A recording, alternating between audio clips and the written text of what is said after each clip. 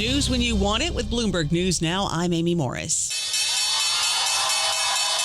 There's your closing bell for this Friday on Wall Street, where traders sent stocks to record highs on cooler than estimated inflation data. And that had traders thinking that maybe we'll see more rate cuts from the Fed this month.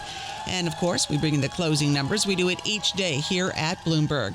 The S&P 500 gained 53 points. NASDAQ gained 263. The Dow up 472 points.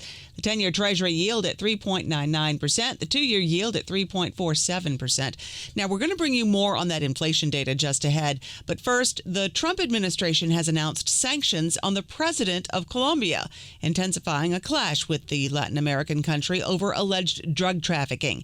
The sanctions actually target 4 individuals, including Colombia's president and interior minister. The announcement follows Trump's decision last month to decertify Colombia as a partner in fighting narcotics. Meanwhile, the U.S. military is sending an aircraft carrier to the waters off South America in an escalation and buildup of military forces in that area. The region has already seen an unusually large U.S. military buildup in the Caribbean Sea and in the waters off Venezuela. And that announcement came hours after Defense Secretary Pete Hegseth said another U.S. strike in the Caribbean targeted an alleged drug-running boat, killing 6 people. It is the 10th strike on a vessel suspected of carrying drugs. Turning now to trade, the Trump administration is launching a trade investigation into whether China complied with a limited trade agreement reached in 2020.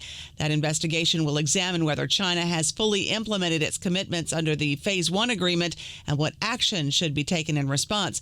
Now, this move threatens to increase tensions between the U.S. and China, just as Presidents Trump and Xi are set to meet next week in South Korea.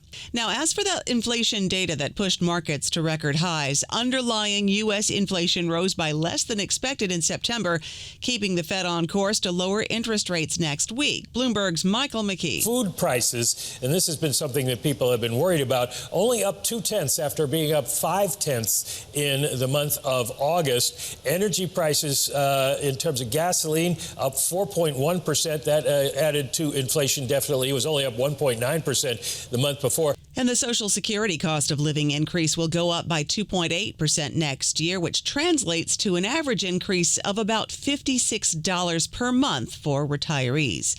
House Minority Leader Hakeem Jeffries sees that inflation data another way. Inflation of 3% confirm that Donald Trump and Republican policies are making life too expensive.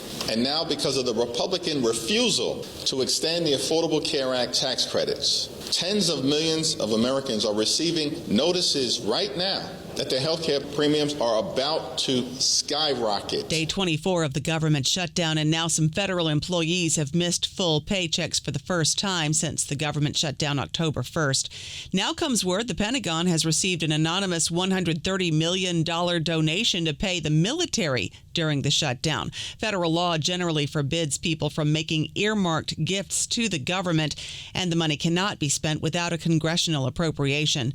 The donation is President Trump's latest maneuver to seize greater control of government functions amid the shutdown, which has stretched into its 4th week. New York Attorney General Letitia James has pleaded not guilty to criminal charges that she committed bank fraud and made false statements to a lender when she bought a house in Norfolk, Virginia 5 years ago. This is not about me. This is about all of us.